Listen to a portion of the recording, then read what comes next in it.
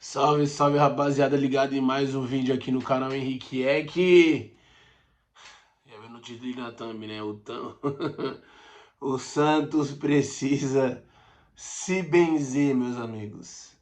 Que fase, que fase. Vamos analisar mais um empate do Santos contra o Recoleta, agora jogando fora de casa. Mas antes, a gente destrinchar tudo isso por aqui, pedir o seu like, pedir o seu compartilhamento deste vídeo, sua participação, claro, nos comentários, hypar, que é sempre muito importante, se inscrever aqui no nosso canal. Vamos tentar fechar esse mês aí, que agora tá com praticamente vídeos diários, a gente fechar com 300 inscritos para fortalecer, então chega com a gente aí. Vamos lá, Santos 1, Recoleta também 1, ou melhor, Recoleta 1, Santos também 1, jogo no Paraguai. E para eu fazer uma análise mais a partir daqui, que é o enfoque desse vídeo, mas eu não vou deixar de lado todas as questões que é chover no molhado, né? Falar de tudo que o Santos vem enfrentando nos últimos tempos, os bastidores, a questão Neymar, que é sempre um fator predominante de falar do Santos, mas a sua política interna, o seu treinador. É bom a gente ressaltar, e é a minha visão, tá? Analisando taticamente.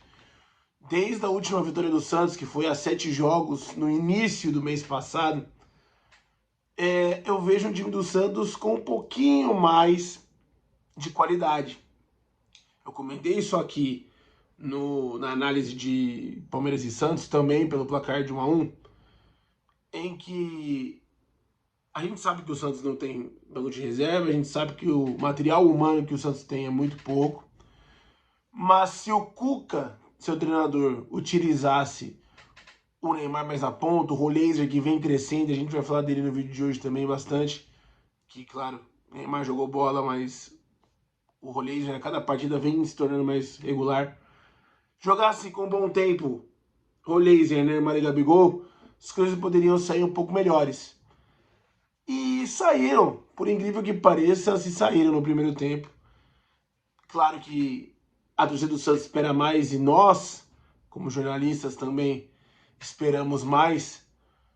E claro que é amante do futebol, gosta de futebol. Porque você pega um time que não passa de 8º colocado no Campeonato Paraguaio, que com todo respeito, aqui o meu time na Várzea, o meu Guaraciaba, o meu Secadora Cabral, que vão jogarem a final da Especial de Santo André esse ano. Se pega o Recoleta, daria mais trabalho do que o Santos deu, que é praticamente um time varziano, esse time paraguaio. Se esperava que o Santos fosse fazer uma partida de 2, 3 gols na primeira etapa, mas aí veio o material humano. Mas como eu ia dizendo, você pega os últimos jogos desde a última vitória, o Santos faz um bom primeiro tempo em todas as partidas. Todas as partidas. As partidas que jogaram no Neymar, as partidas que não jogaram no Neymar, contra o Bahia, contra o Palmeiras, até mesmo contra o próprio São Lourenço, que já tinha empatado na primeira etapa. Você vê aí uma crescente do time do Santos. Só que chega o segundo tempo e muda da água pro vinho. O time morre fisicamente e as peças de reposição são um horror. As peças de reposição do Santos é algo assim inacreditável terem nível para jogar na Série A. Inacreditável terem nível para jogar na Série A. Surreal. E aí você vê um treinador que quando não dá a parada técnica, começa um debate ali, aí voltando, tá? Para não me taxarem de, já vai falar do cara mal de novo. Mas um debate comum da galera se cobrando, né? Como deveria ser, e não com agressão física, não com tapa na cara, algo normal realmente acontece no futebol. A discussão dos jogadores, ele só quer acalmar. Ele não dá uma instrução, até derrubar a coisa.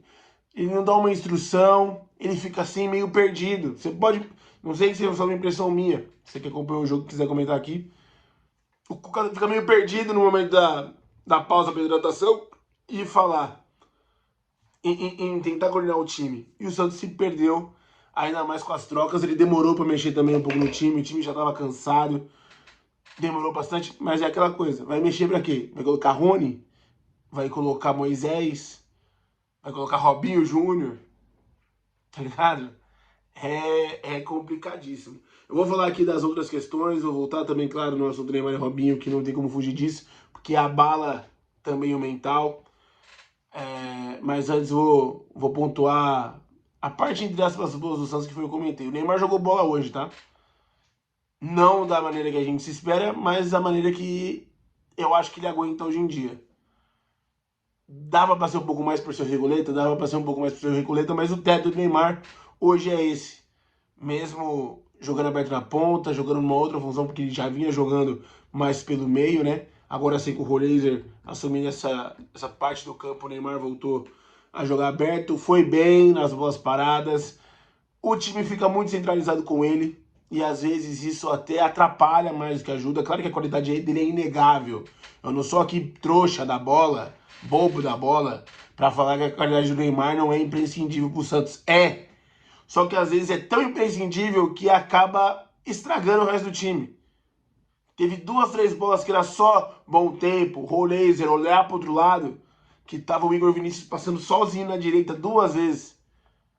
E eles preferiram passar no Neymar. Pro Neymar cortar pro meio, tentar driblar e tá fazendo dele. Que quando ele não tá no time, o Santos joga até melhor, como fez um brilhante, na minha opinião, um brilhante primeiro tempo contra o Palmeiras. A segunda etapa morreu. Hoje é a mesma coisa. Então não vou ser inegável, o Neymar foi muito participativo, gostei do primeiro tempo dele, tá?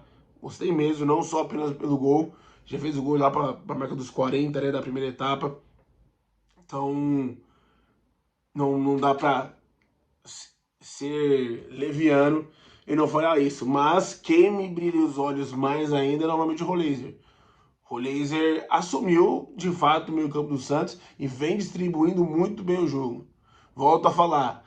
Você tá falando que o cara jogou bem com o time empatando contra o Recoleta? Concordo, contra o Recoleta era pro Roleiser ter feito 1 gol e ter dado 3 assistências. O certo, o comum seria isso. Mas dentro da evolução que o Santos vem tendo, foi um bom jogo. Analisando apenas friamente o que você acompanha da partida, eu acho que foi um bom jogo. Já quem não foi bem foi o Gabigol. Inacreditável a quantidade de gol que o Gabigol perde, a quantidade de lances que ele acaba errando a parede, errando a proteção, perdendo a bola. O Gabigol realmente vem numa fase muito abaixo mesmo. Só que ele não tem reserva pra ele, né, cara? Esse que é o problema. Você vai colocar lá o Taro ali, vai colocar o Tassiano, que até entrou e machucou. É uma loucura. E, claro, o bom tempo é o diferencial desse time em questão de velocidade. Um garoto todo campista, já falei isso para vocês nas últimas análises do Santos, fez mais uma partida regular. A defesa ia bem até o gol e inacreditável. Como eu comentei nos grupos aqui, não sei se eu já falei no vídeo, eu deveria ter começado esse vídeo hoje com essa fala. O Santos tem que se benzer, cara. Passa apenas de ruindade, apenas de questões políticas e tudo mais. É caso de benzedeira mesmo pro Santos. Ver se tem sapo na vila, alguma coisa, porque é inacreditável. É inacreditável o gol que o Santos leva dessa vez. Parecia que o jogo caminhava para 1 a 0 realmente. Não, eu até brinquei com o meu amigo Luiz Santista. Ele falou, mano, não tem quem xingar hoje no gol. Não tem quem xingar de fato. É um cruzamento, a zaga tira, afasta, sobra no pé do cara, chuta pro meio, passa no meio da perna de 2, sobra do outro lado e faz o gol. Você vai xingar quem? A defesa tá bem repostada. É uns gols tão achados, velho, que fica difícil, mano. Fica difícil real. O torcedor do Santos xingar alguém, claro que vai xingar todo mundo. E a gente sabe quem tem pra xingar, né? Quem é responsável por isso? E aí, antes de falar da diretoria, antes de falar do que deveria ser feito, na minha modesta opinião, a gente tem que falar do Cuca. Eu acho que eu já falei um pouco dele aqui. Perdido, cara.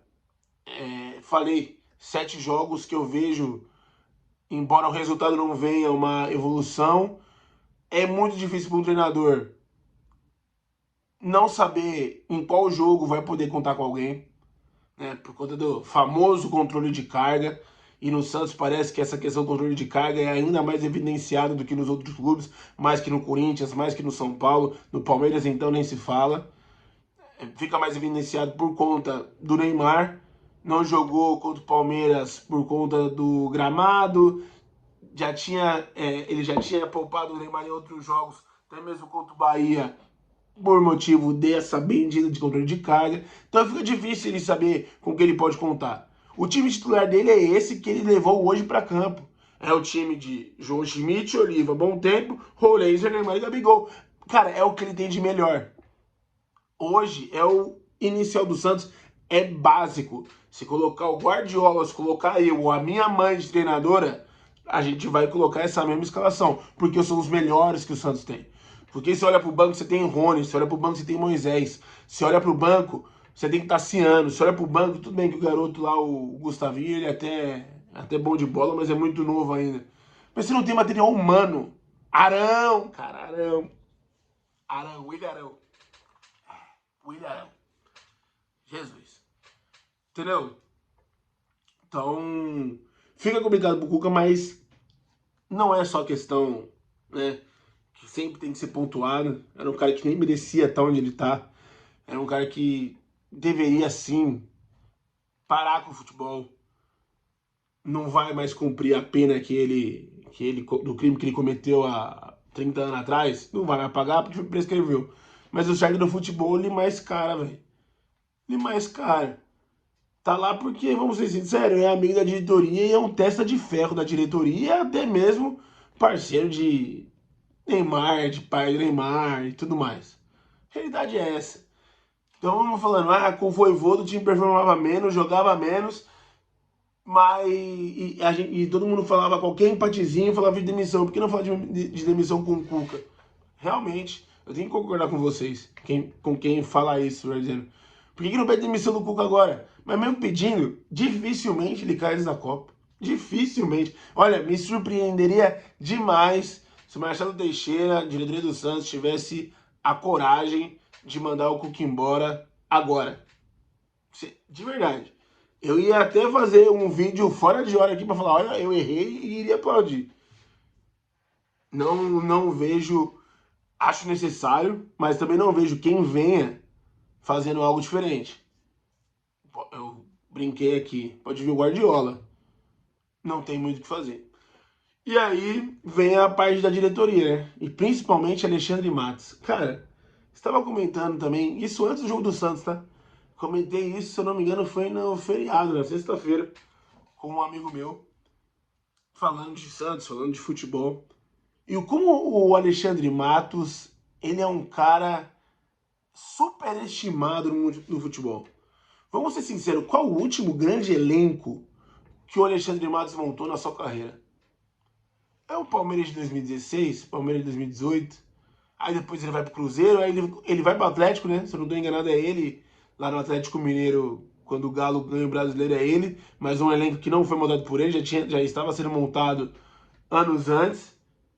Qual a última grande contratação que você fala, caraca, o Alexandre Matos acertou nessa contratação? O cara tem um case de sucesso na carreira, velho, que foi o Dudu. Que depois falou da questão do chapéu e tudo mais. Carlos Eduardo. Veio com uma pompa. O Matos trouxe o Carlos Eduardo pro Palmeiras. Não deu em nada. Vamos aí, me fala outro nome. Ele pega aí jogadores que trabalharam com ele em outros clubes hoje, como é o caso do Rony, como foi o caso do Mike. Tô falando dos que trabalharam com ele e estão no Santos. Eu não lembro outro nome aqui de cabeça. Trabalharam com ele, mas assim, mais do mesmo. O cara sobrevive há 10 anos com um case de sucesso, cara. O Alexandre Matos precisa também se reciclar. E ele falou que vai ao mercado, né, nessa janela, para reforçar o time do Santos. Mas vai reforçar com o quê? Com mais do mesmo ou com peças que auxiliem o time? Com peças que venham para ser titulares. Que é o que eu falei, o time titular do Santos é esse, mas, com todo respeito, João Schmidt é o melhor que o Santos tem hoje, mas João Schmidt é outro que, volante no meio campo, que não tem mais coordenação alguma. O Oliva é só raça, só transpiração. Bom, tem Benovo, ainda tem muito a crescer. O Neymar, e aí, pós-Copa, vai continuar? Não vai? Vai ficar até o final do ano? Renova por mais 4 anos? Qual que vai ser? Precisa de alguém para peça. A altura vai ser muito complicado, a altura vai ser muito difícil. Mas um cara que, numa eventual saída do Neymar, cumpra a função ali, precisa de um centroavante urgente, que a fase do Gabigol é algo absurdo. Quem o Alexandre Matos vai trazer? Por isso que eu falo também da questão do Cuca. Ele já tá com uma dificuldade enorme de trazer jogador pro Santos. Você acha mesmo que ele vai demitir o treinador agora? Justamente antes de dar a oportunidade ao Cuca de ajudar a ele a montar um elenco? Eu acho muito complicado. E você viu que eu nem citando o Marcelo Teixeira aqui. Porque, cara, pra mim é um presidente sem comando. Pra mim é um presidente completamente sem comando do time do Santos. Tá ali, aqui ó, na marionete, na mão de Neymar Pai, na mão da dívida que ele acabou contraindo ao Santos justamente para pagar o Neymar Filho. Tá com seus amigos, tá com seus parceiros. Cuca é um testa de ferro. Marcelo Matos é um cara que não se opõe a nada e diz amém para tudo pro presidente. Então é cansativo pro torcedor do Santos, sem dúvida nenhuma. Todo jogo o Santos perde ou empata, tem que voltar a falar disso. Tem que voltar a falar disso. Bom, o vídeo de hoje tá feito, 16 minutos aí, falando bastante desse empate do Santos. Muita gente falando que é o pior Santos da história e vai brigar para não cair no Campeonato Brasileiro. E obviamente vai ser até o final isso daí. Vai brigar realmente para não voltar à Série B. Eu ainda acho o time de 2023 que caiu pior. Nome por nome, ainda é pior. Mas eu concordo com quem fala que o time de 2023 performava um pouco melhor que esse. É uma situação bem delicada. Like o vídeo se ficou até o final. Como já diria Jorge Igor, forte abraço a todos.